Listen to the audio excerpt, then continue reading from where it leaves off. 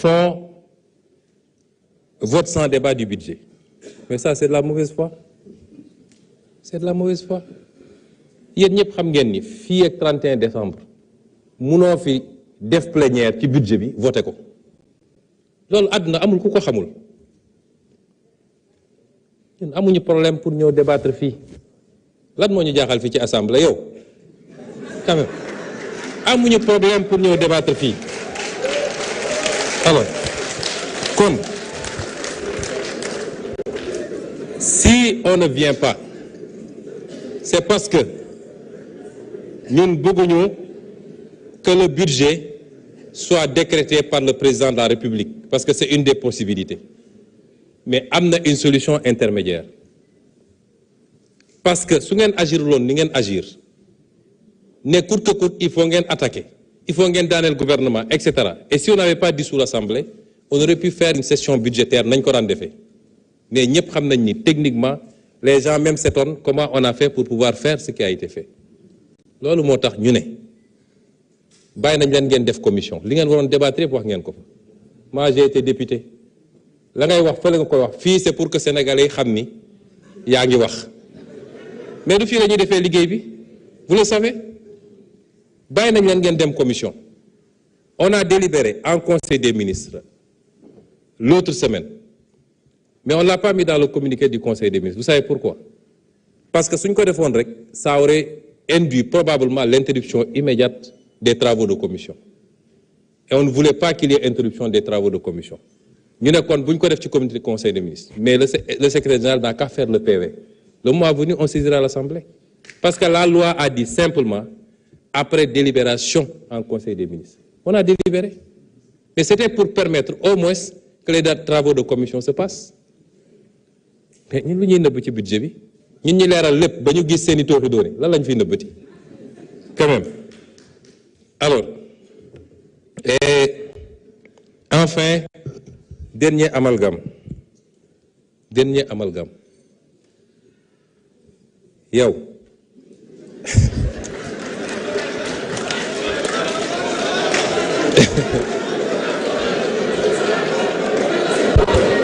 s'il vous plaît laissons-le terminer. xam nga yow s'il vous plaît.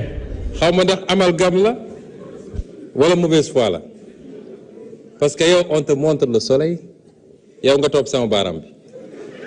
ñun li ñu la wax mooy autorité politique ak administrative yi doon séddoo terrain yi ku nekk am ci 50 000 loolu lañ la wax mais que telle ou telle administration s'organise en syndicat assis sur une coopérative et fasse les démarches pour am des attributions c'est valable pour les magistrats c'est valable pour les douaniers c'est valable pour ceci ñaata cité nga fi dégg cité ceci cité cela et que sur cette base-là ils aient accédé à des terrains ñu distribuer ko dans des conditions transparentes benn bu ne ñu xam kan lañ ko jox dajale seen xaalis pour def seen aménagement nga bëgg ko comparer ak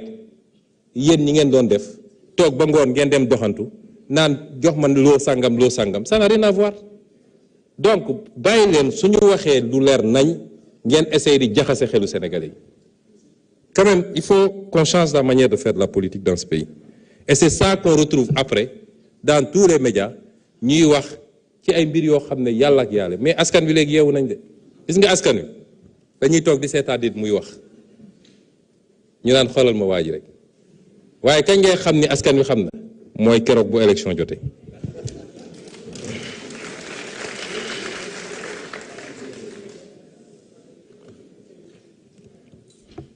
Alors, M. Tahirou Sarr est revenu également sur la question des étrangers. D'abord sur l'ANSD. Moi, je pense que xaw ma ndax le système est parfait ou pas mais am réew dafa war a am lenn lu nekk kuñ ko dénk mu def liggéey bi boo fi tasee ANSD munoo fi andi leneen lu ko gën bu dee dañ ko war a améliorer ñu améliorer ko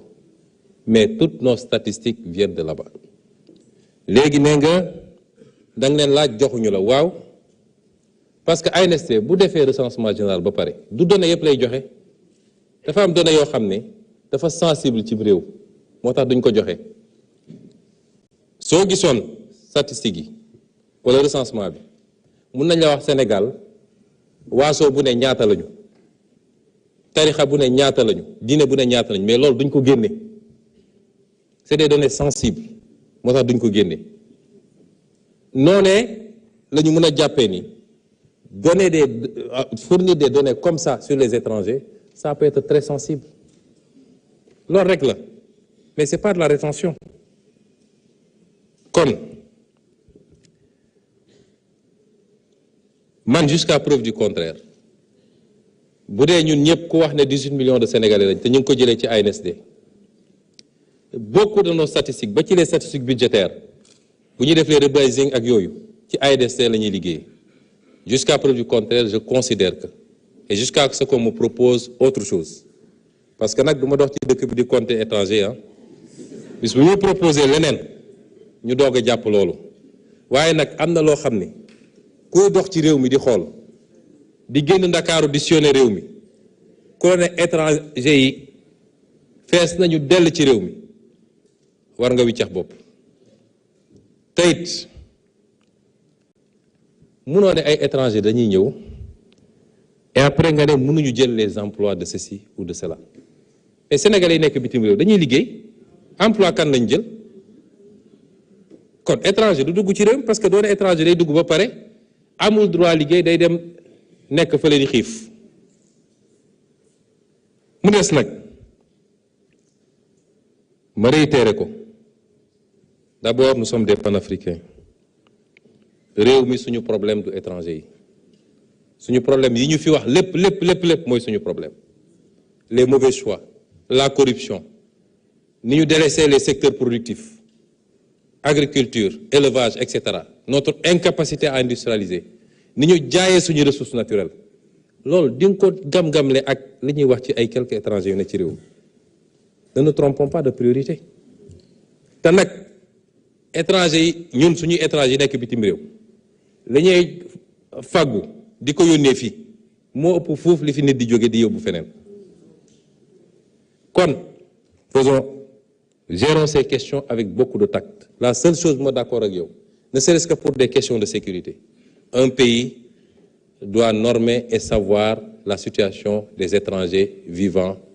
en son sein nous sommes tous d'accord et c'est pourquoi des lois ont été prises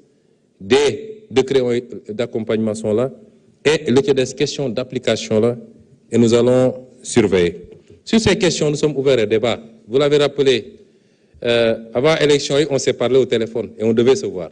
non pas pour que vous soyez sur ma liste parce qu'on n'avait pas dit l'objet